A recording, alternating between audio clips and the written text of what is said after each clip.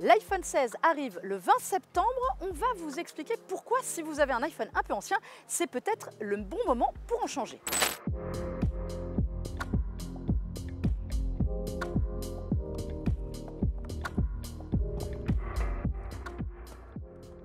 L'iPhone 16 arrive en deux tailles, 6,1 pouces pour cet écran-là et en 6,7 pouces pour l'iPhone 16 Plus. Cette année, ils ont évidemment l'USB-C comme l'année dernière, l'encoche Dynamic Island, mais plus que jamais, ils rattrapent leur retard sur l'iPhone 16 Pro. Alors, au niveau des différences, il y a quand même la couleur. Regardez, c'est quand même beaucoup plus joli en bleu, en vert ou en rose. Le capteur photo a été repositionné à la verticale.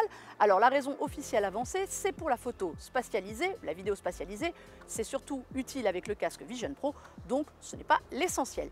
Mais l'appareil photo, c'est la très grosse nouveauté de cette année. Et pourquoi? À cause d'un bouton appelé Caméra Control. Commande de l'appareil photo en français. Eh bien ce petit bouton, il va faire toute la différence. Il va vous permettre de déclencher les photos beaucoup plus rapidement.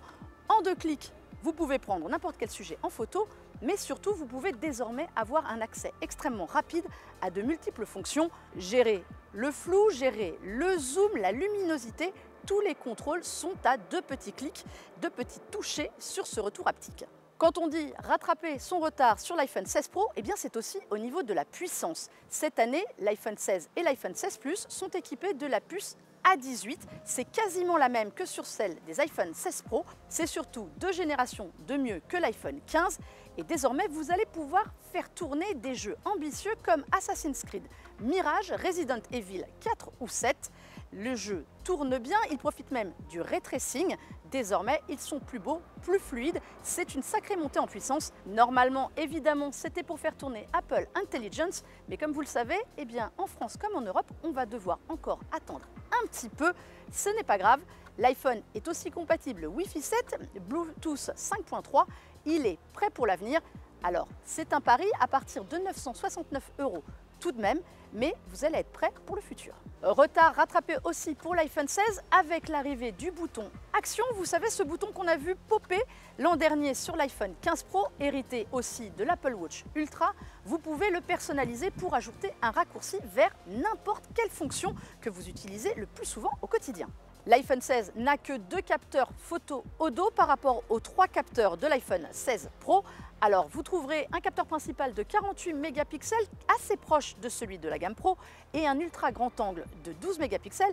Sachez qu'il n'y a donc pas de téléobjectif. Néanmoins, le capteur principal arrive à rattraper un peu le coup avec un téléobjectif un peu bidouillé, mais seulement en 2 fois. Néanmoins, on peut souligner un point intéressant sur cette gamme, eh bien l'appareil photo de l'iPhone 16 est capable de vous offrir l'équivalent de 4 capteurs car il fait aussi de la macro. Alors, c'est moins bien que sur le Pro, mais si vous êtes un photographe amateur, c'est déjà pas mal. Si vous avez un iPhone 12 ou plus ancien, vous pouvez sauter le pas et opter pour cet iPhone 16. Alors certes, vous trouverez l'iPhone 15 100 € moins cher, mais 100 € honnêtement, eh bien celui-ci les vaut, il est beaucoup plus complet. Si vous trouvez l'iPhone 16 Pro un peu trop cher pour vous, cet iPhone 16 finalement en est un peu une version light. À moins de 1 000 €, franchement, ça vaut le coup. Vous pouvez retrouver l'intégralité de notre test plus poussé sur le site Tech & Co et n'hésitez pas à nous laisser vos commentaires.